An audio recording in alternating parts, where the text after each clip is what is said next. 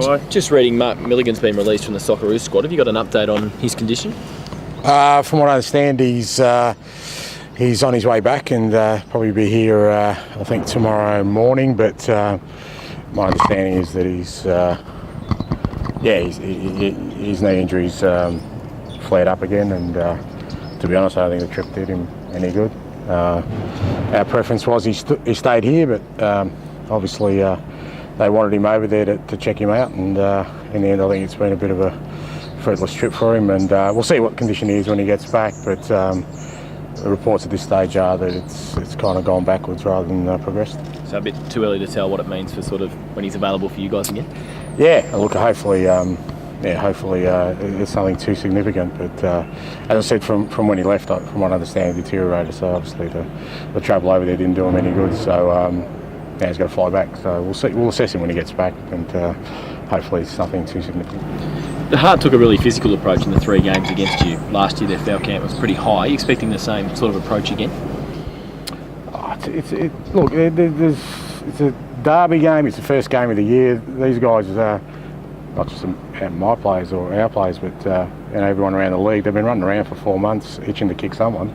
So I reckon there'll be a few flying in the first round. So I don't think there's any extra significance. I don't think it'll be, I don't think the 3 games were overly physical last year. I think they were great games, all 3 of them, pretty tight. And in the end, I don't think that's what's going to decide the game. I don't think that's what decided the game last year. I think they were both pretty frenetic affairs, and I expect tomorrow night to be the same.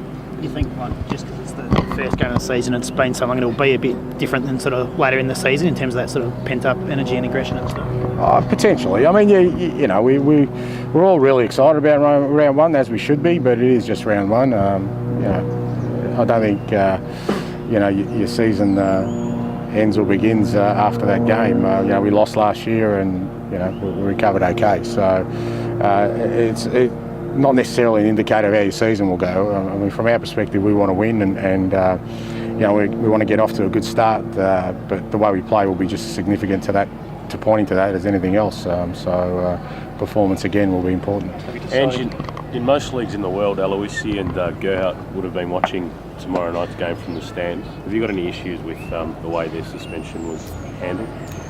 Well, as you said, in any league around the world that would be the case. So I think it's an aberration. I think they've closed that loophole. I'm surprised it was there. I've always, in the 30 odd years I've been involved in the game, you serve your suspension in the competition, you receive that penalty. So I was surprised that that was the case, but I think it's been admitted it was an aberration. They've closed it, so we move on. You decided who will partner Lee Brock's with the Fields yet? No, we'll have a look at it today and see how everyone trains. As I said earlier in the week, we've got a few options, so we'll see what it looks like today and make some final decisions. Is Rashid Mahazi one of those options? Yeah, definitely. Yeah, Rashid's an option. Mitch Nichols an option. Jimmy Jago's an option. Scotty Galloway got back late yesterday, so he missed training, but he can play in there. So we'll have a look at a number of things and make a decision. How many new faces can we expect to see in that starting 11?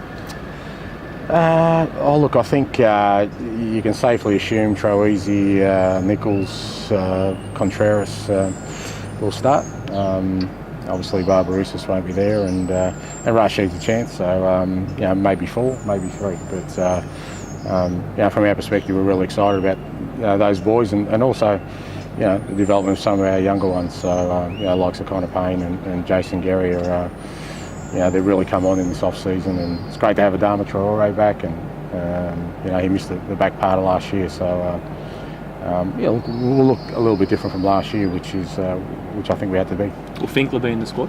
Yeah, he'll be in the squad. He's come along really well, but again he's had an ACL.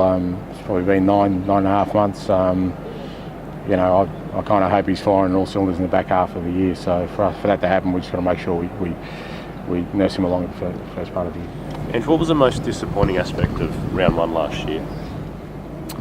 Just opportunity missed for us. I came to this football club because I wanted to grow it even further, and you get opportunities during the year where you can do that. And I think first round's one of them. Especially last year, I thought people sort of even from a membership perspective, we were at around 16 and a half, and I think they were just waiting to see what we'd look like after a couple of disappointing seasons. And I thought if we started really well, we could get people on board from day one, and we missed that opportunity. And to be fair to us, we probably weren't good enough. So that was the most disappointing thing. And like I said, we got an opportunity to do that tomorrow night. We've got close to 21. I think we'll probably crack 21,000 members before the game.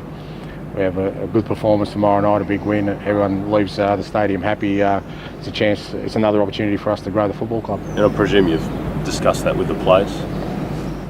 Oh, they're well aware of it, that's the emotional bit. That's the post-game bit. Prior to that, now is just about preparation and making sure that we clearly understand what we need to do tomorrow night, understand the hype around it, what it's going to look like, and make sure that when the whistle goes, that we're as well prepared as possible to put in a good performance.